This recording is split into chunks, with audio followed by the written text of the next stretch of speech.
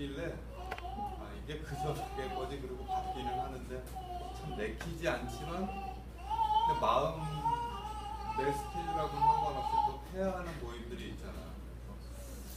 지난 주인가 연락은 한 몇 달 전에 왔는데 그 세월호와 관련해서 신학대학이 한국에 몇 개 있어요. 교단별로. 이제 연대 학생들 중심으로 뭐 진실을 찾는 사람들인가 제목이 아마 그래가지고 모여가지고 자기네들 내년도 2월까지 그것과 연관된 활동을 하는데 그것도 교단별로 학교별로 사람 하나씩 선생들 하나씩 불러다가 이제 뭐 하는데 한신대에서 한 명 오고 숭실대에서 한 명 오고 우리 학교에서 나 혼자 가고 그래갖고 학생들하고 이렇게 모여서 얘기를 하는데 밥을 먹다가 맨 끝에 하나 학생이 그런 말을 하더라고. 그 연대 연신 다니는 학생인데 마침 자기 요번에 전공을 조직 종교 철학을 한대. 그러더니 막 하다가 이제 하고 싶은 막 모임 끝나기 전에 하고 싶은 말 하라고 그랬더니 대뜸 하는 말이 신학을 왜 하는지 모르겠어요. 무기력하대. 무기력하고 이렇게 해갖고 교회를 해야 하나 뭐 아마 그런 느낌을 갖고 있는 사람들이 참 많은가 봐. 그래서 이렇게 얘기를 듣다가 맨 마지막에 이제 얘기 다 끝나길래 무슨 얘기를 했냐면 뭐야? 신학하는 놈들은 그래도 무기력하다는 건 알지. 철학하는 사람들은 사실 모임조차 없어요. 정치학하는 사람들이 밖에 나가서 시위하는 거 봤어? 서울대 법대생이 뭐 단식 투쟁하는 거 봤어? 연대 경영학과 학생들이 나가가지고 대자보 붙인 거 봤어? 없어. 세상의 모든 사람들이 다 바빠. 근데 그 중에 제일 감사한 건 뭐냐면 그때 내가 할 수 있는 일이 아무것도 없다라고 하는 그 무력감이 인생에선 때로는 그 사람의 인생을 바꾸는 힘이 되는 게 인생의 역설인 거지. 그 묘해요. 인생의 무기력감을 경험하지 못한 사람은 그 무기력을 극복할 만한 힘을 못 가져. 그러니까 뭐 시국이나 그런 데서도 마찬가지예요. 그러니까 내가 뭔가를 할 수 없다는 그 무기력감이 나를 한번 사로잡아서 나를 철저히 부셔놓는 그 경험이 없을 땐 정치도 실패해. 그러니까 대한민국의 정치가 끊임없이 실패하는 이유는 바로 거기 있어. 그러니까 그 무기력감이라고 하는 것은 열정과 말하자면 그 충동이 있는 거잖아. 그 열정이 살아있는 삶으로 하는 열정대로 되면 얼마나 좋겠어. 근데 인생의 아주 재밌는 진실 중에 하나는 그 열정만 갖고 되는 건 아니라 결국은 그 무기력감 속에서 무언가를 해야 되겠다고 생각하고 그 자리에 나와 앉아있는 그 모습이 사실은 중요한 거지. 그러니까 그래서 사실은 인생을 살면서 책 읽는 게 중요하고 공부가 중요하다고. 그러니까 공부 없이 이번에 뭔가 우리가 모여가지고 뭔가를 하면 세상이 바뀌어지고 그러면 그 다음부터 그런 고통이 없을 것이다 라고 하는 개꿈은 차라리 종교라는 악보보다 못해요. 왜냐하면 당연히 그렇게 안 되니까.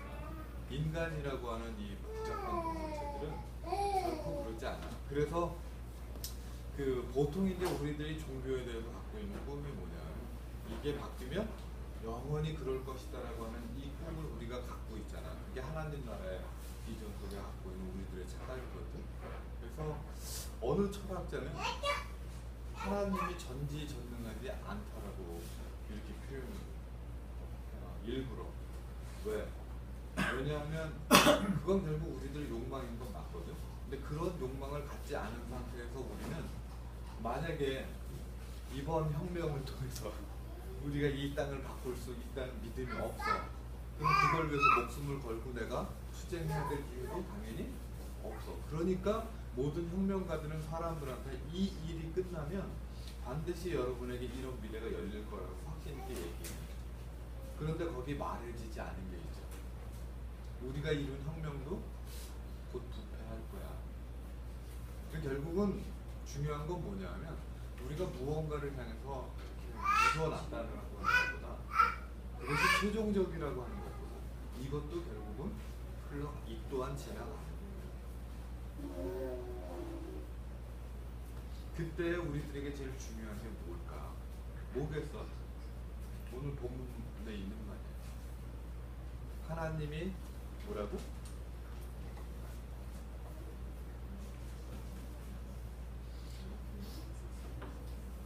여호와께서 그와 함께 계셔서 하나님이 나와 함께 있다. 이 말이 사실은 성경책에 굉장히 많이 반복되거든요. 그러니까 어떤 예언자가 나오면 하나님의 영이 혹은 여호와가 그와 함께 있다. 근데 예수의 이름이 뭐라고? 마태복음. 그 뜻이 뭐야? 하나님이 우리와 함께 계시다. 뭐 신학적으로는 하나님이 초월적이냐 내재적이냐 뭐 하면서 뭐 별소리를 다 하지만 그러니까 이 성서에 있는 이 나이브한 이 글들 속에서 메시지는 간단해. 하나님이 나랑 함께 한다. 내 안에 있든 바깥에 있든 그거 중요하지 않아. 그것은 어쨌든 간에 우리 인간 세계를 초월해서 존재하시든 뭐 세계 안에 존재하시든 그런 어떤 신학적인 구별을 하는 게 아니라 그건 뭐와 똑같냐면 아빠가 나랑 함께 한다. 그거예요. 그러니까 그것은 사실은 뭐 내 외의 경계가 중요한 게 아니잖아. 함께 한다. 그 이야기는 뭐냐? 우리 그 의미를 갖다가 너무 정치적으로 또는 너무 철학적으로 때로는 너무 형이상학적으로 때로는 너무 잡스럽게 자기 멋대로 해석해버리는 경향이 있어. 하나님이 나와 함께 하신다. 여호와께서 그와 함께 하신다. 그 말이 뭘까? 그 이 이야기 앞에 엘리의 이야기가 나와요. 홈리와 비느하스. 엘리는 그 당시에 사무엘 이전에 그 이스라엘의 가장 존경받는 선지자예요.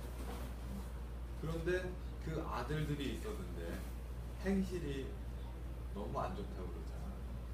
그게 사실 그런 게 좀 있어. 그러니까 성직자의 자녀들은 행실이 무지하게 좋든지 무지하게 나쁘든지 둘 중에 하나 중간에 거쳐요.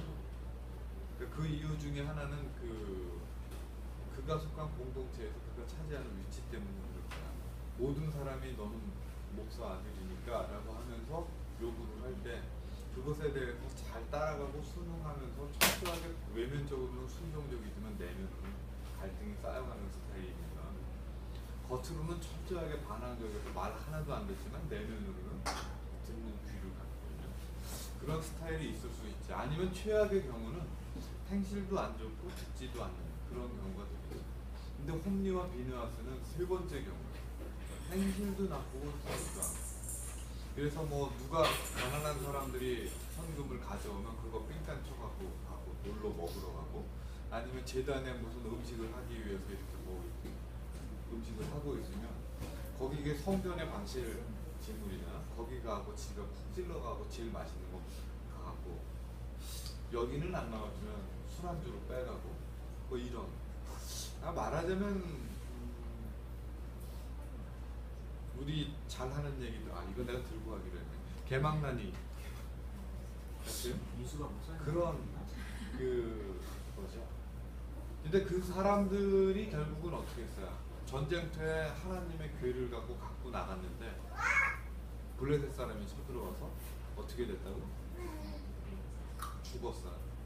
전쟁에 졌어요. 그리고 그 교회를 뺏겼다는 얘기를 듣고 엘리가 뒤로 넘어가서 목뼈가 부러져서 죽었다고 했죠. 그 다음 선지자가 바로 이 사무엘이에요. 사무엘은 알다시피 엘리 집에 맡겨진 아이였는데 하나님의 음성을 듣고 뭐 응답을 했는데 그 유명한 얘기 있잖아. 잠을 자려고 하는데 누가 자기를 불러. 그러니까 이게 엘리가 부르는 줄 알고 그 앞에 갔는데 어떻게? 아니야.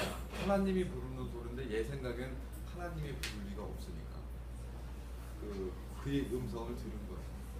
그러니까 그 여기서 이 하나님의 음성이라고 하는 건 뭐냐면 우리가 생각할 때 도저히 가능하지 않은 음성이야. 그러니까 우리가 누군가를 부른다라고 하는 건 누군가의 육체적인 현존이 있잖아. 근데 그 어떤 부름을 받는 거야. 나는 그런 사람을 지금까지 살면서 딱 한 명 봤어. 그러니까 어떤 음성을 듣고 사는 사람. 그러니까 그 한 명이 미국에 있을 때 내 선생님이야. 이 사람은 그 다른 사람하고 이렇게 좀 뭐라 그래 성격이 나빠서가 아니라 잘 어울리질 못해. 시간이 없어. 언젠가 한번 얘기했는지 모르지만 20대 말기에 자기가 조울증이 발병을 해갖고 그래서 그 조울증 때문에 굉장히 고생을 많이 했어요. 알고 봤더니 그 엄마가 조울증이었다고 그랬죠.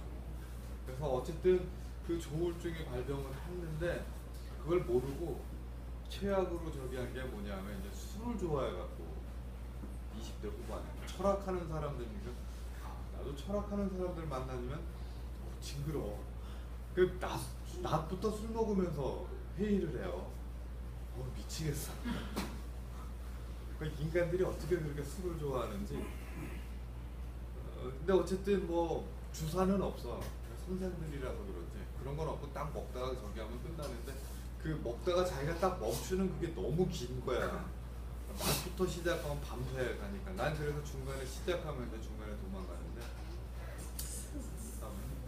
무슨 얘기를 하려고 그러냐면 그러니까 마시게 되는 거지. 근데 이제 그 조울증이나 우울증하고 제일 나쁜 게 이 술의 결합이라고 그래요. 시너지 효과가 있대. 그러니까 특히 조울증 환자는 술을 이렇게 먹게 되면 알코올하고 이게 폭주를 하게 된단다. 난 폭주가 뭔지 모르는데 우리 선생 표현에 의하면 그러고 가면 거의 이제 칼 갖고 긋는데 그러니까 자살 충동 생긴다. 그러니까 폭주하게 됩니다. 완전히. 그래서 그 우울증 환자와 달리 조울증 환자는 그 자살 충동 때문에 반드시 약을 먹어야 돼.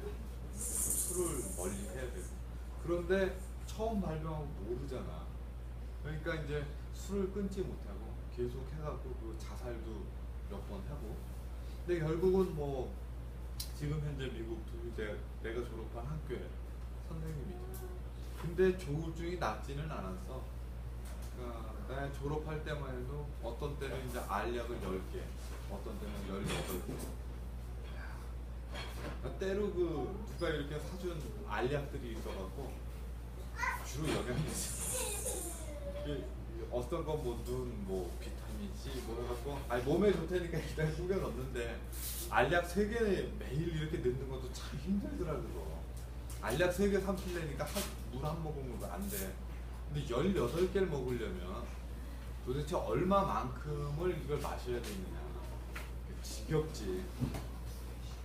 그러면서 이제 뭐라고 그러냐면 이 사람의 철학에서 이제 재밌는 게 뭐냐면 하이데거도 그렇지만 우리는 이 땅에 버려진 존재야.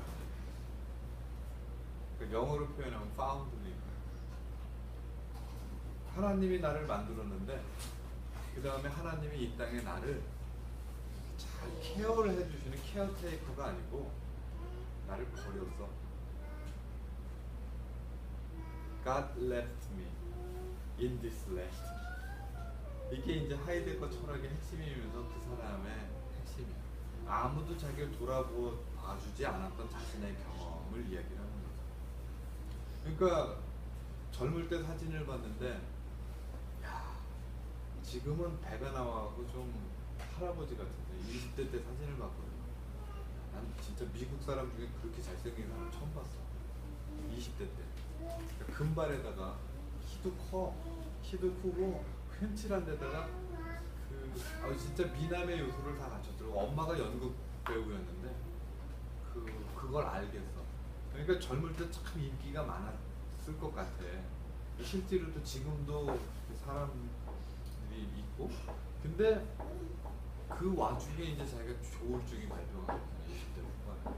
그러니까 무슨 생각이 들었겠어. 그러니까 하나님이 나를 선택했다라는 그런 의미보다는 신이 나를 버렸다는 의미가 참 많이 들어요. 왜 하필 나에게만 이런 병이 들었을까?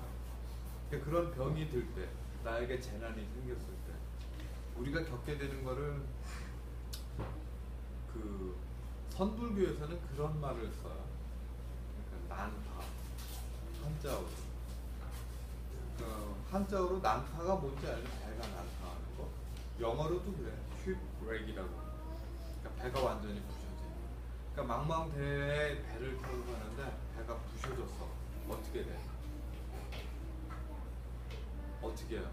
풍중에 배가 부셔졌어. 절망의 바다 한가운데로 들어가는 무기력감. 나는 그게 불교에서 말하는 그 무아의 핵심이 아닌가 싶어요. 그러니까 인생을 살다 보면 그 신앙심이 우리들에게 가져다주는 핵심은 뭐냐면 하나님이 나를 선택하셔서 나에게 큰 성공과 기쁨을 준다는 그게 신앙의 핵심이 아니고 신앙의 핵심은 우리를 어디로 몰고 가냐 바다 한가운데로 몰고 가. 그리고 그곳에서 나를 지켜줘야 되는데 그곳에서 내가 부셔져. 그 다음엔 어떻게? 그러니까 믿는 도끼에 발등 찍힌다고 하나님만 믿고 살았는데 그 하나님으로부터 버림받은 듯한 그런 경험. 있죠? 그 경험 가운데 사람들은 두 가지 반응을 해. 지금까지 믿어왔던 자신의 모든 걸 내팽개치든지 아니면 그 다음부터 이 절망의 이 치면 속에서 밑바닥이 없잖아. 바닷속에서 이제 침몰하니까 어떻게 그 밑바닥까지 한없이 가라앉으면서 이제 자기가 깨닫는 건 뭐냐면 하나님이 나의 병을 낫게 해주는 게 아니고 이 병을 갖고 살아가면서 어떻게 해요? 내가 하나하나 내 존재의 파운데이션이라고 하는 그것을 우리는 보통 하나님이 그걸 줬으면 하고 근데 어쨌든 내가 만들어. 근데 내가 그것을 하나하나 만들어 가지만 그때 내가 이 하나하나 만들어 가는 것을 어떻게 느끼냐면 하나님이 함께 만드신다는 느낌. 이거는 같이 경험해 보지 않은 사람은 전혀 알 수 없는. 그러니까 그 고통을 겪어보지 않은 사람은 절대로 공감할 수 없는. 그러니까 인생에 내가 아무것도 할 수 없는 가운데 분명히 나는 뭔가 하고 있지만 근데 그 길을 내가 혼자 하는 게 아니라는 그 막연한 기대감. 그치? 아마 그 롯데 되기 전에 그 전날 나에게 전화할 때 그 심정이 있어요. 아마 그 인수가 사법고시 그만두고 공무원 시험 본다고 그럴 때 그렇겠죠? 회원자매 경험은 잘 모르지. 우리 인생 살면서 그런 경험들이 다들 있잖아. 내가 생각했던 내가 원하던 그 인생대로 잘 안 될 때. 맞아요. 그럴 때가 있지. 왜 없겠어? 그러니까 우리들이 하고 계획한 일이 안 돼.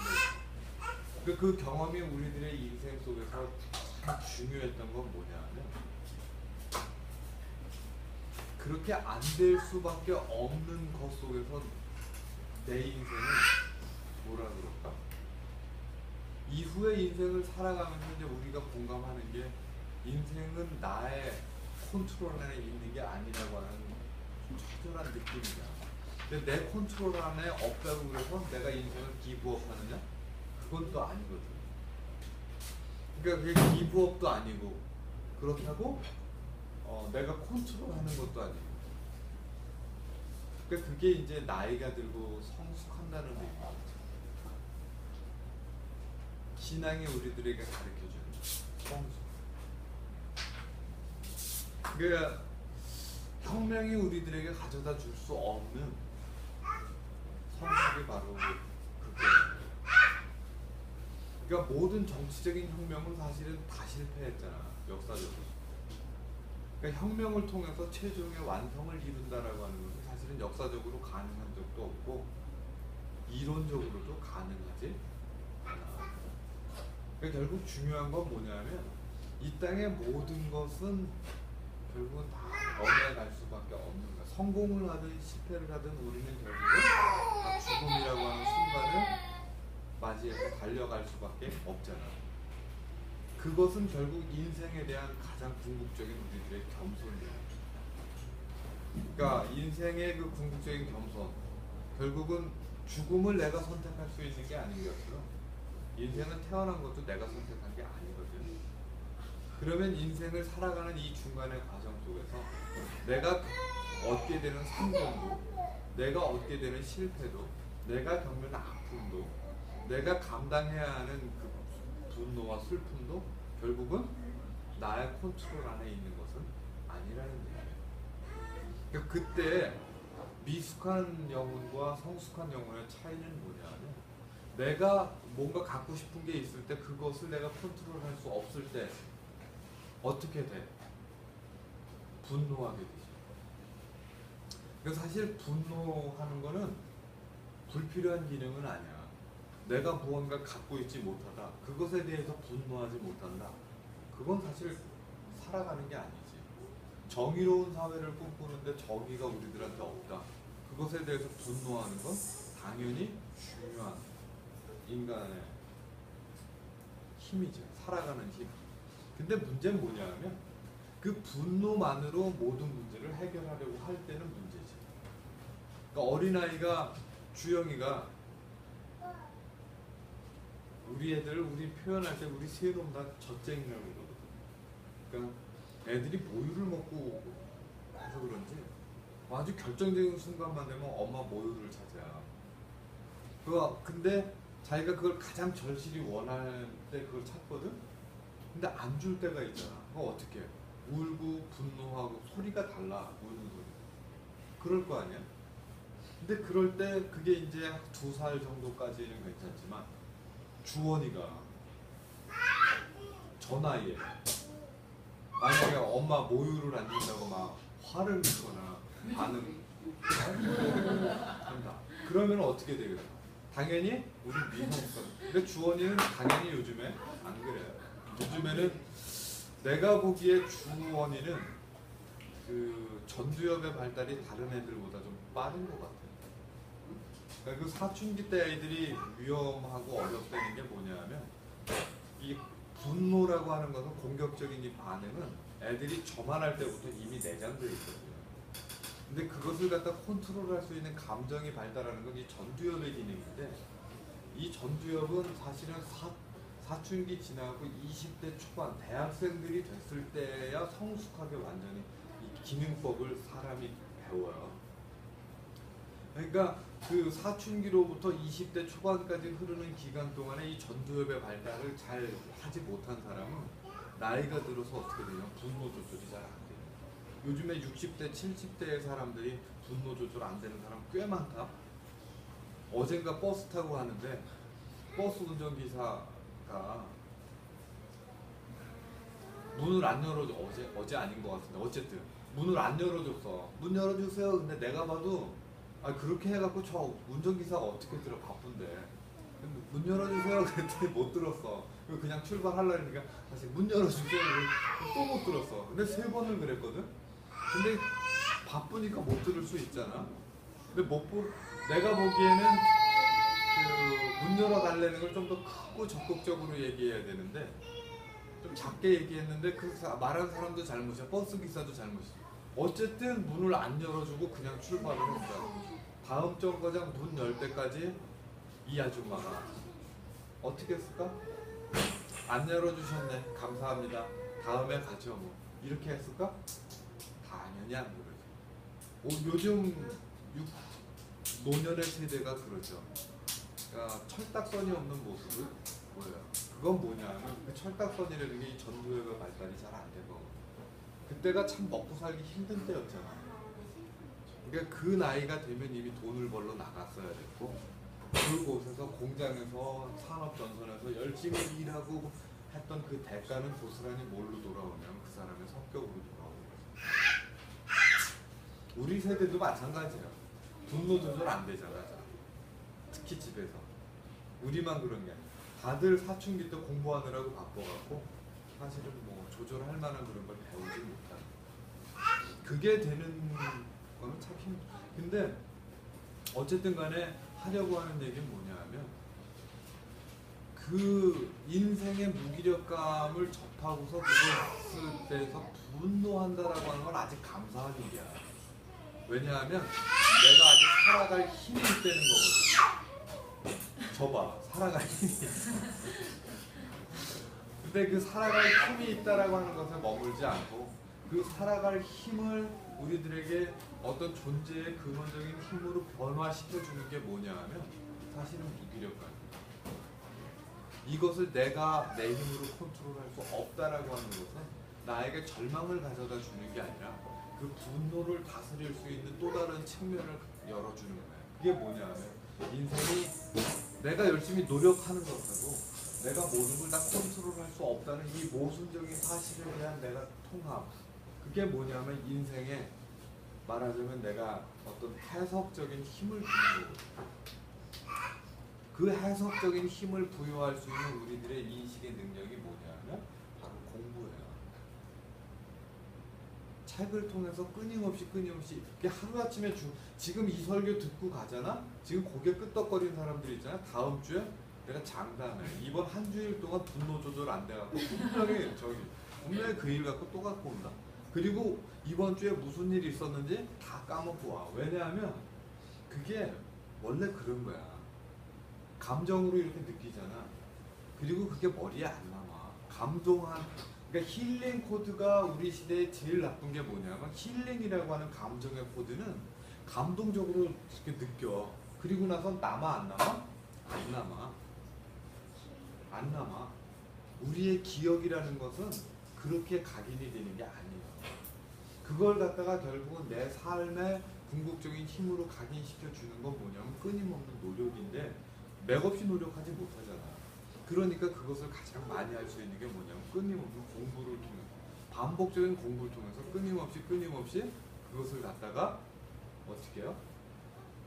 연습하는 거야. 그러니까 결국은 이 시국에 뭐 예를 들면 뭐 감정적으로 뭐 정치적으로 막 이렇게 분노하면서 댓글 쓰잖아. 그 사람들 거의 내가 볼 때는 전혀 성숙하지 못한 반대쪽 사람하고 전혀 다르지 않아.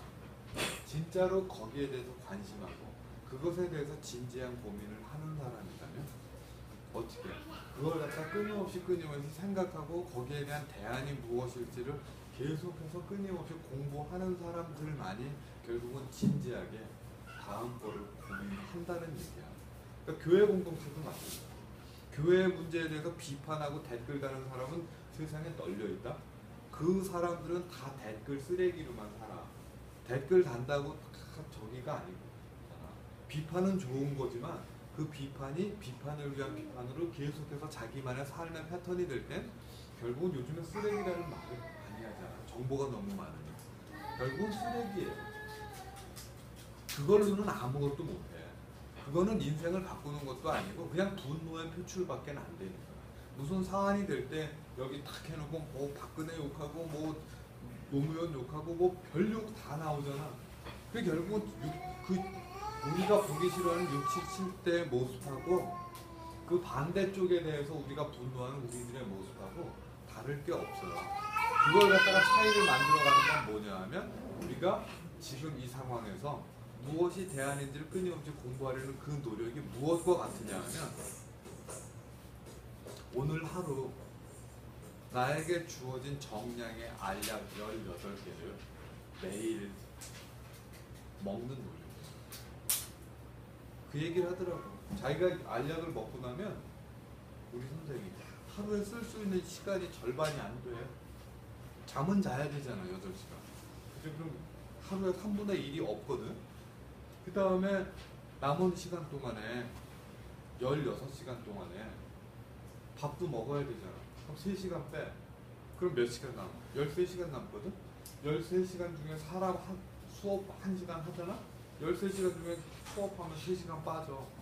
그럼 하루에 자기가 책을 보거나 쓸 수 있는 시간이 1분도 허비 안 했을 때 10시간이거든. 근데 사실은 자기가 쓸 수 있는 시간이 3시간에서 5시간 사이래요. 사람이 기계가 아니잖아. 근데 누군가 찾아오잖아. 학생들이 찾아오고 선생이 찾아오고 뭐 회의가 있고, 그래서 3시간 딱 하면 아무것도 못 하는 거야. 근데 자기는 쉬어야 되거든. 또 약을 먹기 때문에. 그러니까 4-5시간을 쉬어주고 나면 자기가 누군가 한번 찾아와서 농담 한번 하면 진짜로 그냥 가야 돼. 그냥 가야 돼. 그러니까 사람을 만날 수가 없어. 그리고 누군가를 케어를 해줄 수가 없어. 그러니까 그런 삶의 환경 속에서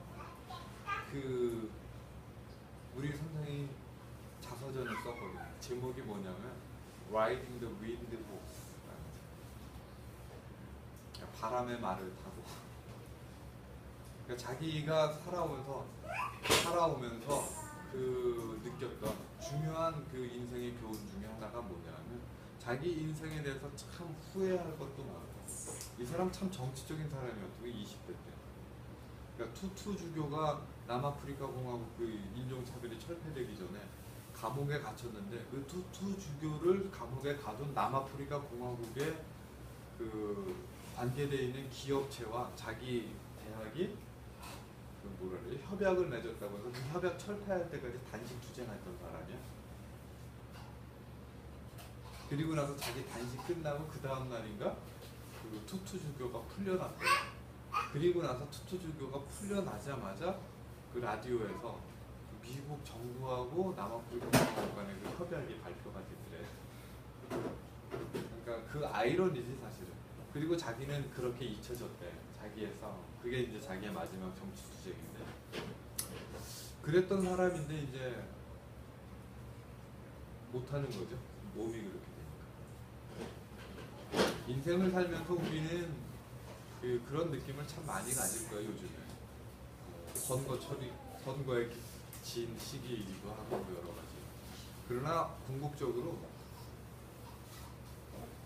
우리의 삶에 우리가 싸우고 투쟁해야 할 일은 끝나지 않아. 그게 우리가 갖고 있는 진리의 가장 핵심이야. 우리의 진리를 향한 투쟁은 죽을 때까지 끝나지 않아.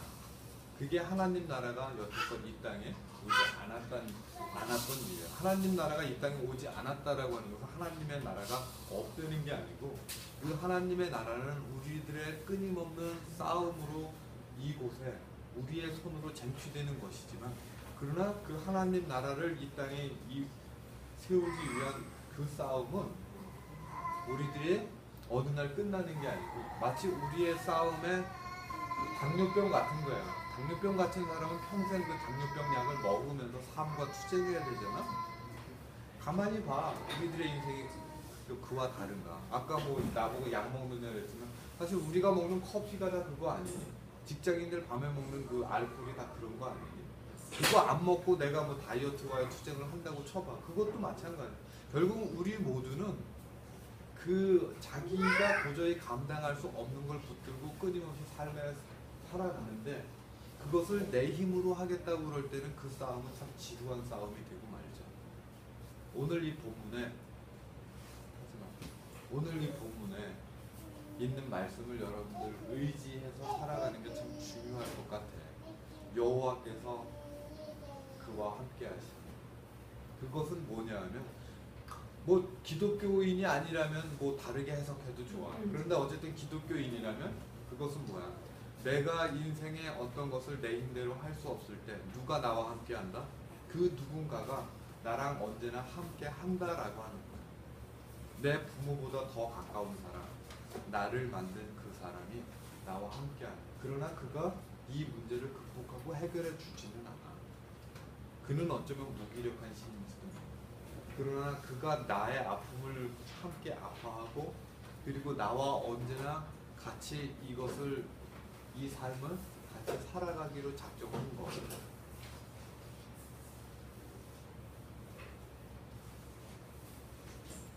그래서 인생은 사랑이라고 그러죠.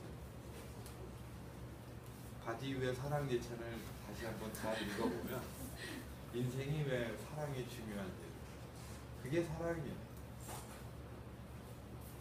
내가 도저히 이해할 수 없는 나로서는 도저히 받아들일 수 없는 인생의 그런 어떤 내가 꿈꾸는 세상과는 전혀 다른 그 인생을 내가 사랑하며 살아갈 수 있을 것입니다.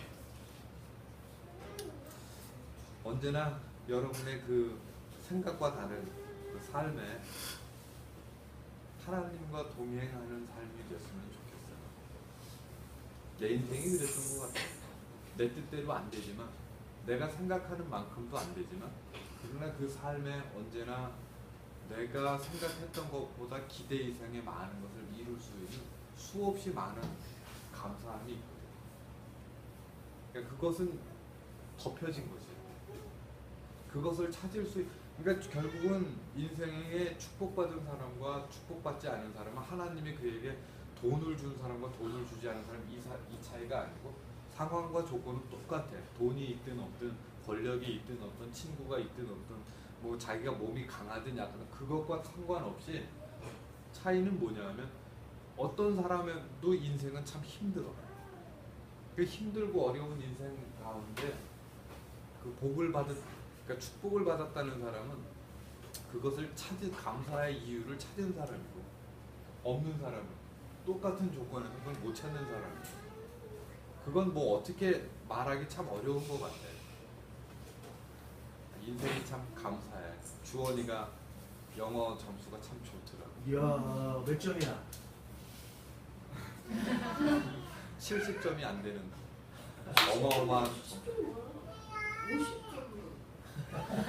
그걸 50점이라고 그렇게 말할 필요가 있어. 얘도 자기 근데 어쨌든 주원이가 자기 생각에 좀 어려운 점수를 받았나 봐. 근데 물어보니까 주원이가 뭐라 그래? 자기가 생각해도 좀 쉽진 않대, 받아들이기. 근데 기말 성적도 보고, 그리고 자기가 안 거지. 그리고 자기가 방학 때 공부 좀 해야겠다고. 근데 아직까지는 못했대요. 근데 아는 게 난 중요한 거 같아. 열심히 풀었어. 그렇지. 그러니까 아는 게 중요하다. 그죠? 그러니까 그게 인생의 감사함 아닐까 싶습니다. 농담처럼 하는 얘기죠. 여러분의 인생은 어떤가? 여러분의 인생 되돌아보면서 그 무기력감, 그 절망감, 그 속에서 하나님이 우리들에게 주는 또 하나의 감사함이 그런 거지. 그 의문, 질문, 그것이 여러분의 인생을 바꿔갈 거라고 생각합니다. 기도하겠습니다. 하나님, 오늘 우리들의 삶에 하나님께서 부어주시는 풍성한 은혜와 축복이 있기를 간절히 간구합니다. 주님, 우리들에게 인생의 그 깊은 절망 가운데에서, 그 깊은 아픔 가운데에서 우리가 살아가는 힘과 용기를 또한 얻을 수 있는 놀라운 반전이 있을 수 있는 시간들을 허락하여 주시기를 간절히 간구합니다. 그것을 통해서 우리의 인생을